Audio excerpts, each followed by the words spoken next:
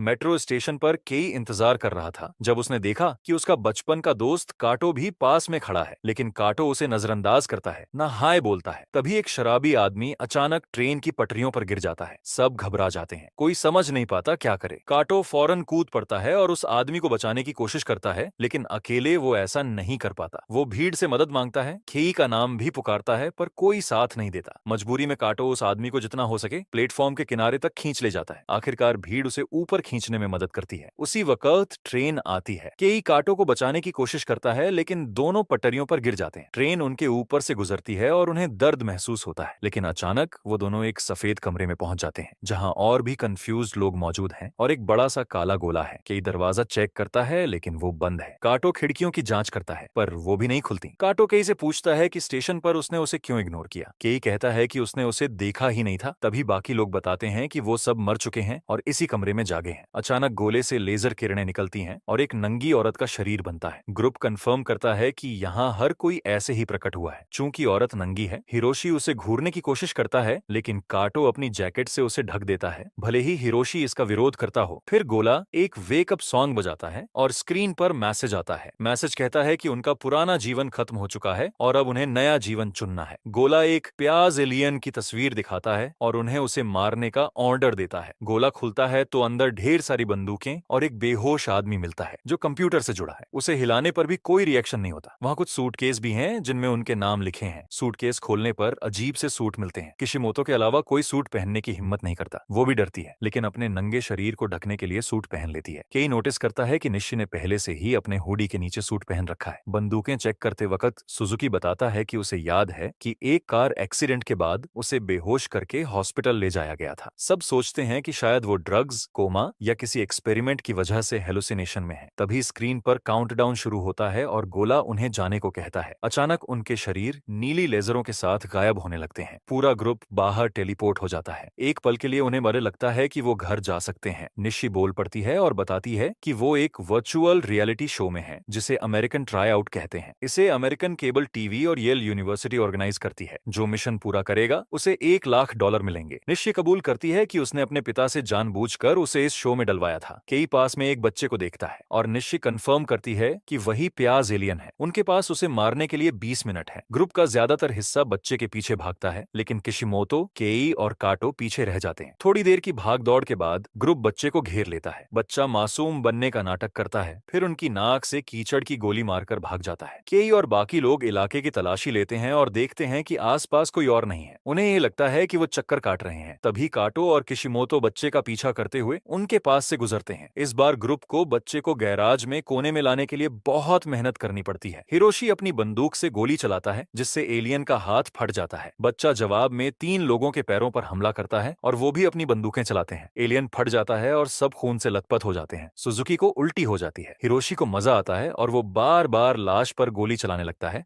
जिससे और खून फटता है। काटो उसे रोकता है। तभी एक बहुत लंबा आदमी पीछे से आता है। हिरोशी उसका मजाक उड़ाता है तो वो आदमी उसका पैर काट देता है, फिर उसे सिर से पकड़कर उठाता है। हिरोशी छटपटाता है, जिससे आदमी की विग उतर जाती है और पता चलता है कि वो भी एलियन है, बच्चे का बाप। 2 लोग गोली चलाते हैं, लेकिन वो हिरोशी को ढाल की तरह इस्तेमाल करता है और गोली उसे लग जाती है। एलियन अपने बड़े बड़े नाखून दिखाता है और गैराज में मौजूद सबको सिवाय काटो के मारने लगता है। कई चीखें सुनकर एलियन को ढूंढने दौड़ता है, जो अब काटो को भी मारने वाला है। तभी किशिमोतो एलियन से टकराती है और उसे दीवार से दे मारती है। उसका सूट नीला चमक रहा है, जो उसे ज्यादा ताकत और स्पीड दे रहा है। एलियन जब रिकवर करता है कि एक वैन के पीछे छिप जाता है। एलियन काटो और किशिमोतो पर हमला करता है, जिससे दोनों उड़ जाते हैं, लेकिन किशिमोतो को सूट की वजह से चोट नहीं लगती। यह देखकर केई अपना सूटकेस खोलता है, पर वो खाली है। एलियन उसके पीछे आता है तो केई वैन के इर्द गिर्द चक्कर काटता है और पीछे से सूटकेस से उसके सिर पर मारता है। गुस्से में एलियन दहाड़ता है और स्ट्रीट लाइट तोड़ देता है। वो केई पर हमला करने वाला होता है, तभी तारों का जाल उभरता है और एलियन को जकड़ लेता है। निश्चय अपना छद मावरण हटाती है और केई को बंदूक देती है। वो कहती है कि सूटकेस के साथ उसकी क्रिएटिविटी के लिए उसे पॉइंट्स मिलने चाहिए। केई बंदूक उठाता है, लेकिन गोली चलाने की हिम्मत नहीं कर पाता। निश्चय बंदूक वापस लेती है और खुद एलियन को मार देती है। इसके बाद चारों को बिना खून के दाग के सफेद कमरे में वापस भेज दिया जाता है। सुजुकी भी वहां प्रकट होता है। निश्चय बताती है कि जब तक वो पूरी तरह मर नहीं जाते, उन्हें वापस लाया जाएगा और उनकी चोटें ठीक हो जाएंगी, चाहे कितनी भी सीरियस हो। काउंटडाउन खत्म होने पर निश्चय गोले को गैंड्स कहती है। गैंड्स मिशन मिशन के पॉइंट्स देता है। निशी को छोड़कर सबको 0 पॉइंट्स और ताने मिलते हैं। निशी को 5 पॉइंट्स मिलते हैं और अब उसके पास कुल 69 पॉइंट्स हैं। गैराज में मरे लोगों की तस्वीरें शो में मरने वालों की लंबी लिस्ट में जुड़ जाती हैं। निशी बताती है कि उनका मिशन एलियंस को मारना है और कुछ मौतों को भयानक बताती है। काटो गुस्से में उसे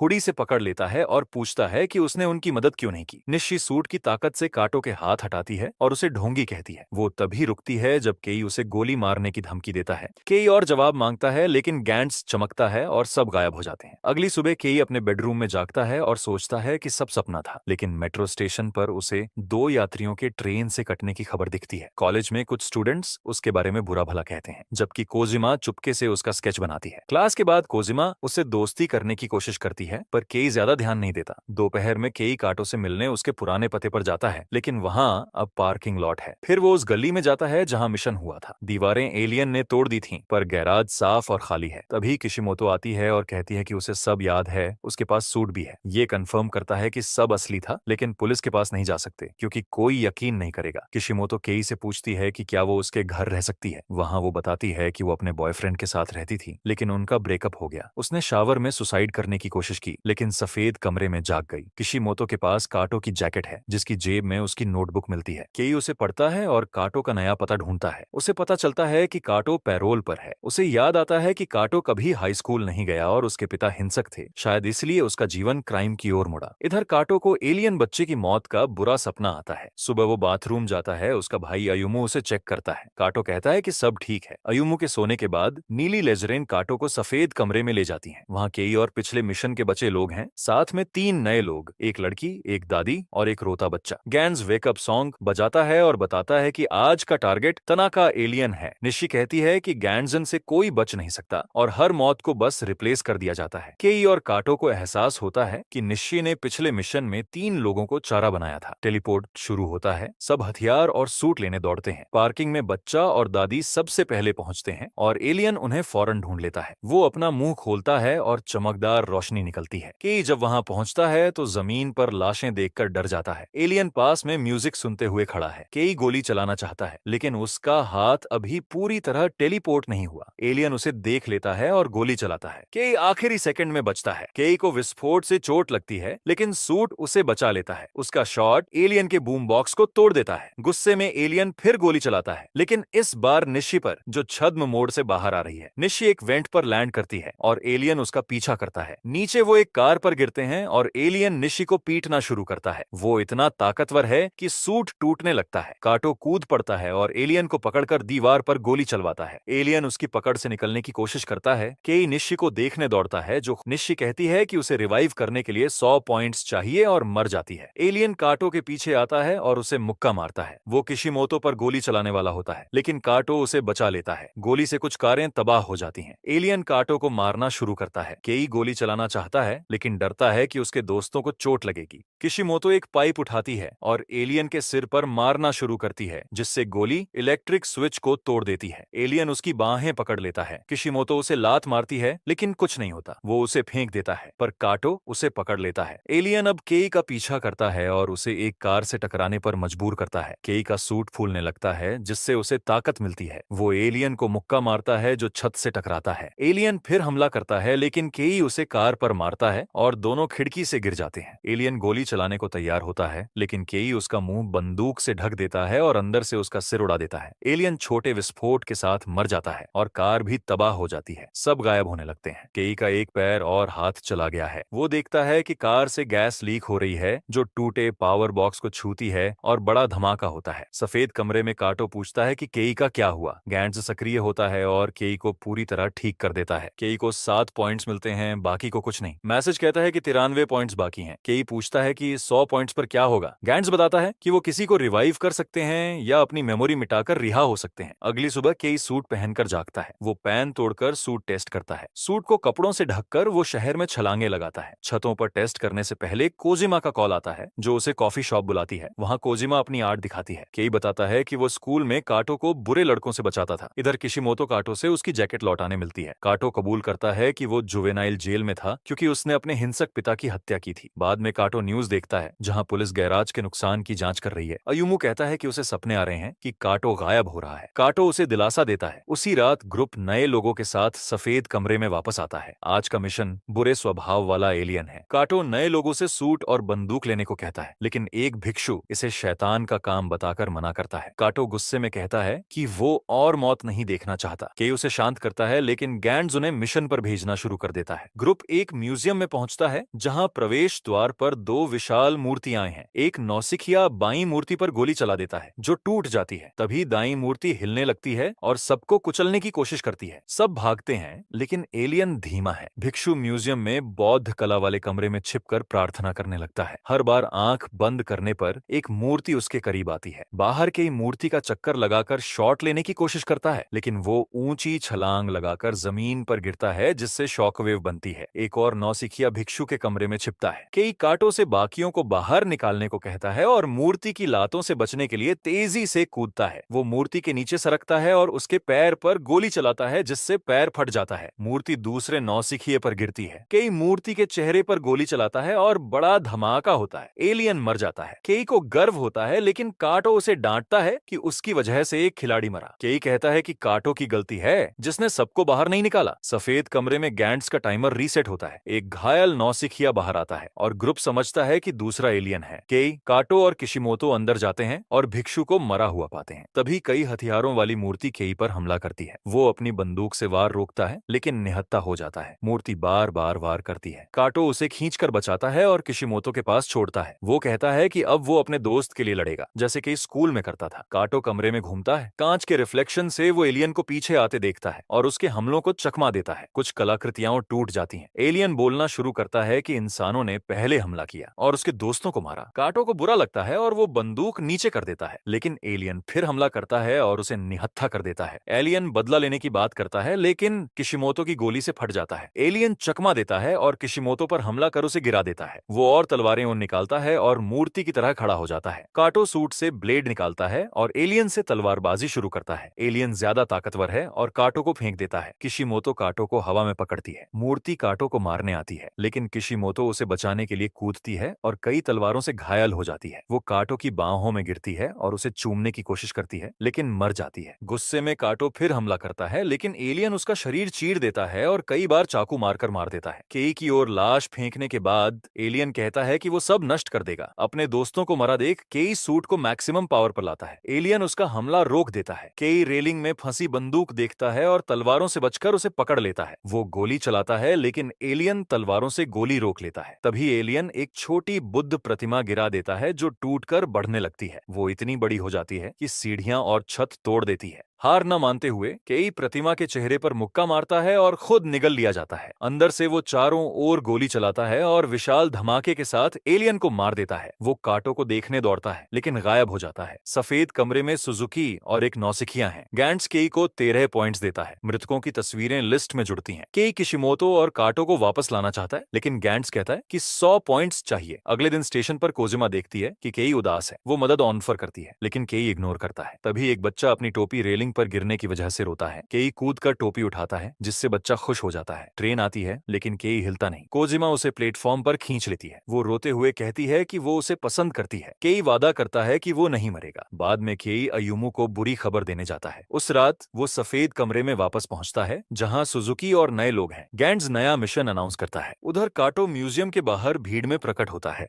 please subscribe and press the bell icon for more videos.